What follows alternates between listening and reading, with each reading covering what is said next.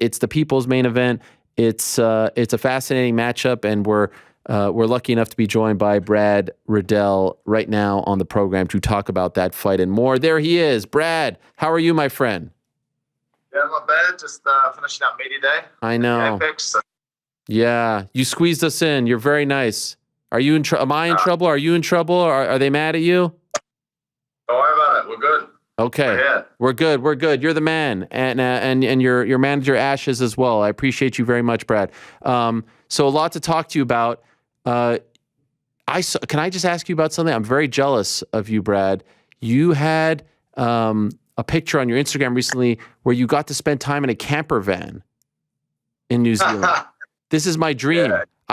My dream is to buy a camper van. I want to get a Westphalia camper van. What was it like for you, and what kind of camper van was it? What year was it? Was it a Volkswagen? It was a Mazda Bongo. I don't know if you guys have them here. It was like a 2010, but I was actually, that's when I was sleeping outside the gym when Dan Hooker's camp started, because I didn't want to sleep in the gym where there was 10 other guys farts and burps and snoring. So I got my mate owns that company, and he lent me a camper van. So I slept out in the car park, and it was, I definitely won that one. Yeah, that was very smart. And no one else copied you? I would think all the guys would just get that same thing. I didn't tell them. I just, I turned up a couple of days late in it. And that was like the little congregation area outside the gym was the camper. And after that, I went and bought one. Once I gave it back, I was like, I need one of these in my life. So oh my gosh. So you got one? What kind? Yeah, I bought a 98 Toyota Hiace 4-wheel drive. It's the mighty Hiace. You can't kill it. It'll live longer than me. Wow. And you sleep in it?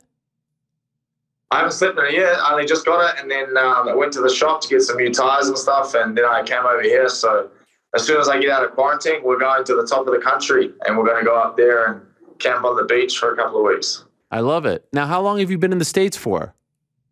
I got here on Friday, so I've only been here like 5 days. Okay. Like would you have preferred to come earlier because of the, the time change and all that? Yeah, it's like a little better. We get Friday or Monday, so if I come on Monday, I have to water load on the plane, and it's a bit of a pain in the ass, getting up and peeing all the time and trying to make sure you get an aisle seat. So it's easy to come on Friday when you can just eat a little bit more normally and don't have to water load, Mm-hmm. And so I heard, so correct me if I'm wrong here, because I was following one of the local journalists. Did you get the lottery thing and now you're able to come back home? Yeah, so mine's is slightly different. I managed to get something called a pilot program. So it's like a trial period, and you had to leave the country inside a specific date and be back in the country inside a specific date. And I get back a day before that, which is December the 8th. And so I get to go isolate in my house for 10 days. Better than doing the hotel for 2 weeks. It's cheaper, but I just have to kick my family out for 10 days. Oh, my gosh. Where are they going to go? They're just going to stay with a friend down the road. So, yeah. And are you allowed to see them outside? Nah, there's no visitors, so I'll just be chilling in the house for 10 days. And, yeah, it's all good, man. It's better than what it was. Sure. Being in the hotel, and, you're kind of going crazy in there and all that stuff. So are the plans, are the plans no more? It sounds like you guys aren't going to move, right? You guys going to ride it out? Well, I don't think any of us are leaving anymore because February, I think 13th, they said they're opening the country back up to all citizens of New Zealand. So if you're a citizen and you're double vaxxed, you can come and go as normal, as the world used to be. So that's pretty exciting for us. So now we get to stay in New Zealand. So everyone's pretty happy about that. We heard the stories about Dan Hooker, obviously, recently, and the troubles that he had and other members of the team. How difficult was this camp for you? Mine wasn't anywhere near as difficult as Dan's. I managed to find a place and get the work done with a certain few people and, stayed pretty hidden. But Dan's that was very, very testing. So, kudos to that guy for what he went through, and especially to get that one. When you say hidden, you're doing this in secret? Yeah, it was, they shut all the gyms down and everything. So you weren't supposed to be trained. You could have a specific bubble, which we did stick to the rules. but you weren't supposed to train inside, I think anything other than your residential place. And they're following you, right? Like the journalists are taking pictures of you, like paparazzi in the freaking bushes and stuff. Like this is big news that you guys are doing this. Yeah, so originally they got a couple of snapshots from us with some telescopic lenses when we're at the gym. And so they snitched on us there. Then the police came and they decided that because the gym wasn't a place of residence that we couldn't stay there. So they kicked us out and we all just banned it. And then we, continued to help Dan train because, these guys don't understand that you're not preparing for like a team sport where if you lose, there's no consequence other than a loss. Like if you lose, you could be really badly damaged, really hurt, like it's detrimental to your health. So you need to prepare as adequately as you can. So, we continued to help Dan train and they followed us there and snapped us again. And then that one they put us in the news again. And then Dan had to finish his camp on about 5 mats in his garage. Did you feel like you guys were in some ways like on an island by yourself? Because I understand like the rugby stars are being treated a little differently than you guys. And here you are just trying to provide and be as safe as possible. And you're being treated almost like criminals, like you're outlaws. Is that weird in your own home country? Yeah, it definitely didn't feel that welcoming. We're just trying to do what they were all doing all right, and there was like a little bit of preferential treatment, and there was a little bit of denying by the government, which was, it was upsetting. I don't see the difference between us and them, and then there was people in the public that was saying, "Oh, just deal with it," but this is our income. This is the way we earn money for our families, and this is the way we support them. Dan Hooker's got staff members that he needs to pay for his gym and stuff like that. So, yeah, man, it was testing times. Maybe I'm naive because I live in this bubble, but I would argue that the likes of you and Israel Adesanya and Dan Hooker, etc., worldwide are more well known than the All Blacks, right? I mean, I know they're a huge deal in New Zealand and Australia, etc., but worldwide, like you guys walk down the street in Canada, people know who Izzy is, right? I don't know if it's the same with them. So the fact that he's being treated differently, you guys are being treated differently as a team is quite baffling, in my opinion. A little bit, yeah, it definitely is. But maybe, we just have New Zealand just has a little bit of catching up to do.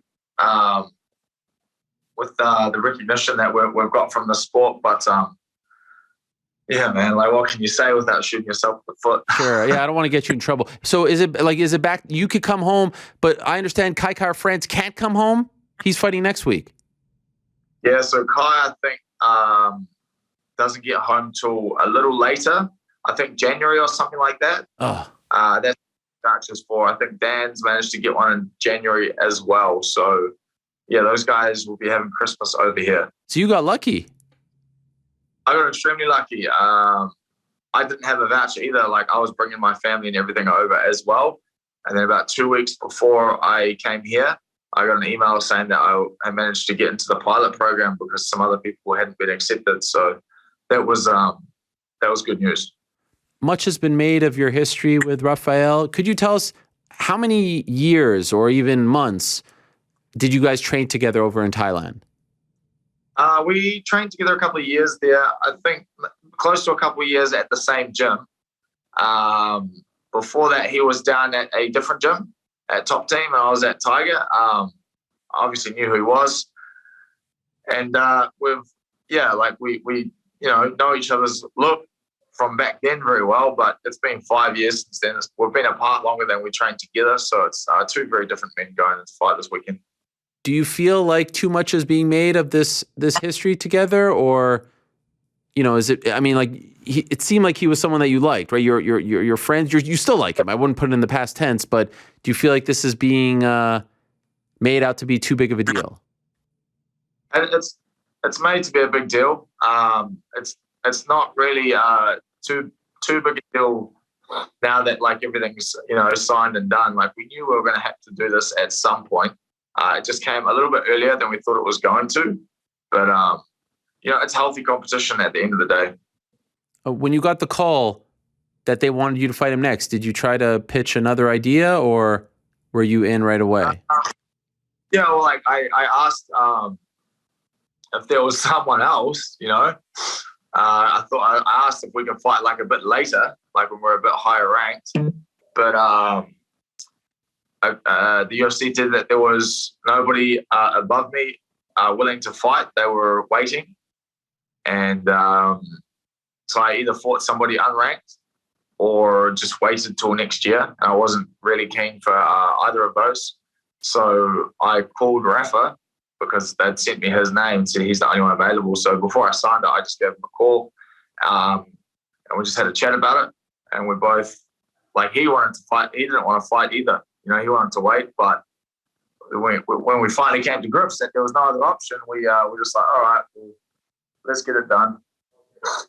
Yeah, and I read that you called him. That's a very classy move on your part. Did you feel like you had to convince him to take it when you were calling him, or both of you were by the end in agreement that this has to happen? We were in agreement that it was going to happen inevitably. So we'll just do it now and make some money. I didn't have to convince him or anything. I just said to him what the UFC said to me, and he was like, "Oh yeah," he understood. Probably the same deal for him, to be honest. Right. Like, probably nobody wanted to fight him in front of him either. Yes, I have heard that as well. Who has improved more since you guys were training together? I think we've both come in leaps and bounds. I think I've displayed a lot of different aspects of my game, maybe a little more. He hasn't had to yet, but I'm very aware that he's a good grappler and a good wrestler, and he just hasn't had to use it yet. So, we've both improved a lot. It's going to be a pretty exciting fight, no matter which way it goes, really. And what year was this that you guys were together? Oh, shit. It would have been, man, I don't remember, like 2015 or 14 or 16, something like that, man. It was like they all blurred together now in Thailand, but a while back, yeah. Okay. But we were like 25-ish, something like that, maybe like 5 years ago, yeah. A victory over someone like him, who's highly regarded, where does that put you in your opinion? I think it makes me one of the elite in that top 15. It makes me it takes me away from being a prospect, that's for sure. In my opinion, he's one of the best in there. One of the most dangerous guys to fight in the top 15. So beating a guy of his caliber is like a huge advantage for me. It make it a little bit jittery, that's for sure. I feel like you've evolved from the prospect label. I mean, I would imagine you in your mind you have evolved as well. It's just a matter of getting that big win to then start getting those big fights. Correct. Yeah, I don't think I'm a prospect anymore for sure. Like, I think a prospect is somebody that isn't in the rankings yet. Yeah. But we'll see it listed in some places. So whatever is what it is, man. You can't control what people write, can you? I love that fight against Gregor Gillespie. Do you have an interest in running that back, or do you feel like a win over? Yeah. Okay. 100%. I asked for that after the Drew fight. I asked for that Gregor fight, but to no answer. I didn't get anything back. So from who? The UFC? I think I tagged Gregor in it, and I asked the UFC for it, but I think they said he was potentially waiting for somebody, maybe ranked higher, which, fair enough, whatever. Mm-hmm. Completely up to him. Yep. Tried, failed. That was a weird one and an unfortunate one. One of the many fights that we lost due to COVID, unfortunately. Yeah. Could I ask, next week, the belt in your weight class is being defended. Who do you think wins? Charles Oliveira or Dustin Poirier? What a fight. I think I'm going to pick Dustin, but, those are two guys that really deserve that belt. Like, they've had an awesome trip, good story, good dudes. And it's going to legitimize that belt. So that's going to be an awesome fight. I think Dustin will grab it a bit later in the fight. But, man, you can't sleep on Charles. That guy, chokes you out from everywhere, armbars you. He's a freak. So do you feel like this will be your last time? Like, the next time you fight, life will be a lot easier for you? Do you think this kind of signals the end of the craziness of the last couple of years? Yeah, so by the sounds of it, the next time I fight will just be back to 1 week fight trips, and it'll be awesome because I'll be able to come watch my friends fight and then shoot home again as well. So I miss those days. Like I kind of took those for granted, but I won't from now on. So you won't even be able to stay for Kai's fight. No, I won't be here for Kai's fight. So my ticket is Sunday. Wow. Yeah. Like the next day. Ordinarily, you would have stayed, right? He's fighting the next week, huge fight. You would have just stayed, right? Yeah, 100%. But if I stayed, I wouldn't have been accepted into this isolation program. So I would have missed that, and I would have been stuck over here as well. And and I'm assuming you weren't able to train with Alex, right? Recently for his fight? No, I didn't have anything to offer Alex for this fight. Just some shit talking over the phone. That was about it. But yeah, he did that camp in Wollongong with Lopez and his Aussie boys, and man, he looked the best I've ever seen him. To be honest, he looked great. Were you freaking out when he was stuck in the guillotine there? No, come on.